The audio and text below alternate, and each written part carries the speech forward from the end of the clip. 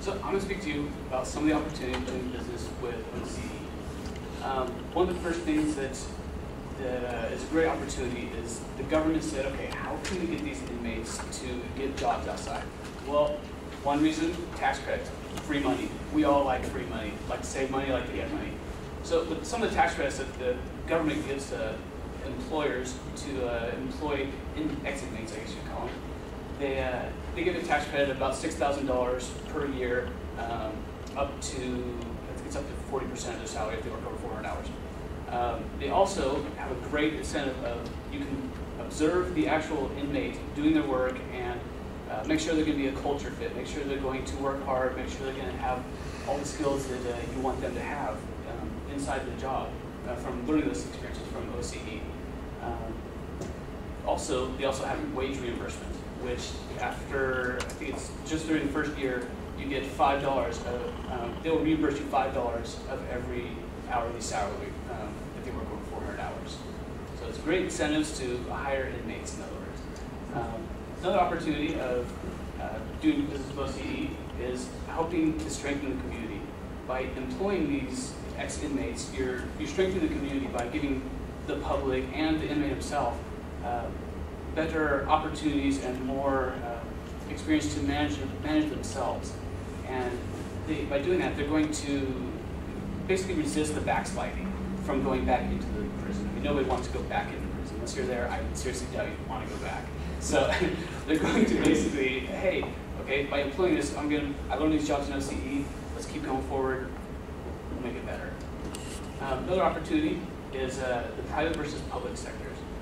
Basically, OCE is stopping and staying inside the private sectors most of the time. What I mean by private is like government, schooling, making furniture for schools, things like that.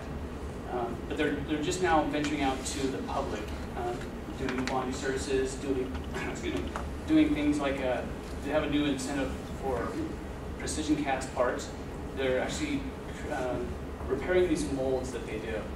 Precision cast parts puts a whole bunch of molten metal into these little parts, and it destroys them after about 5 uses. It takes a long time to repair, a long time to get them to work again.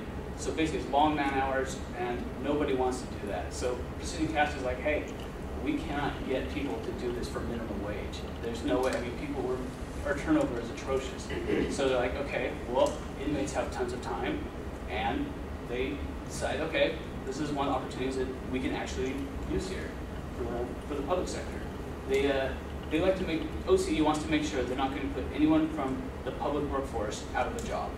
So they try and find these kind of quirky jobs where it's going to be labor intensive, but they need a high quality and at a value rate. One of the other opportunities we found was the international service that OCE provides.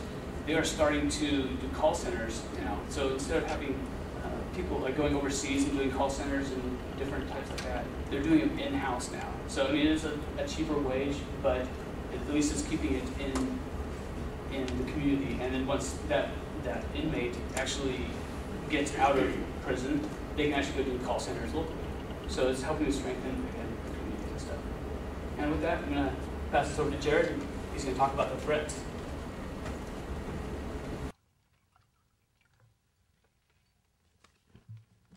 We as leaders need to get the facts and build our own testimonies as to how we were truly affected by these issues. Part of being a leader is knowing when to sift through the mass amounts of data and find the facts.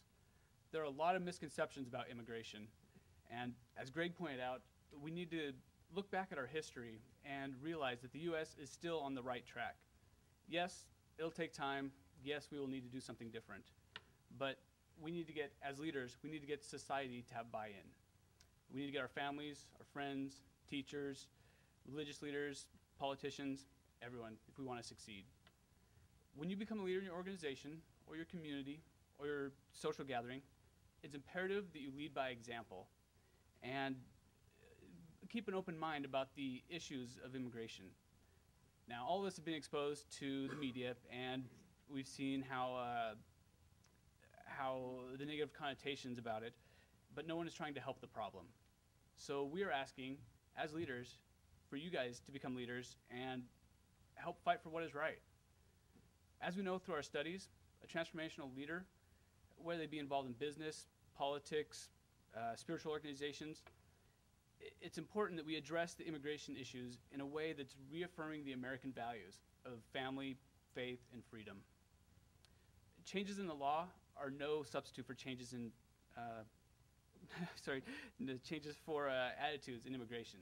And we as leaders, we're obligated to think of the short-term and the long-term humanitarian effects of limiting the immigration into the United States. The best way for us to lead this country is to help our leaders know the systems and the people in it. Only through perpetual commitment to leading and understanding of the real issues surrounding immigration can we then dispel the fears of labor, crime, economic station, and other false ideals that we have that have recently crept into the American mindset. I want you to think for a second how you would feel if you're driving down the street and a cop pulls you over. You know you weren't speeding, you know you didn't run a red light, but you know that you look different. How would you feel?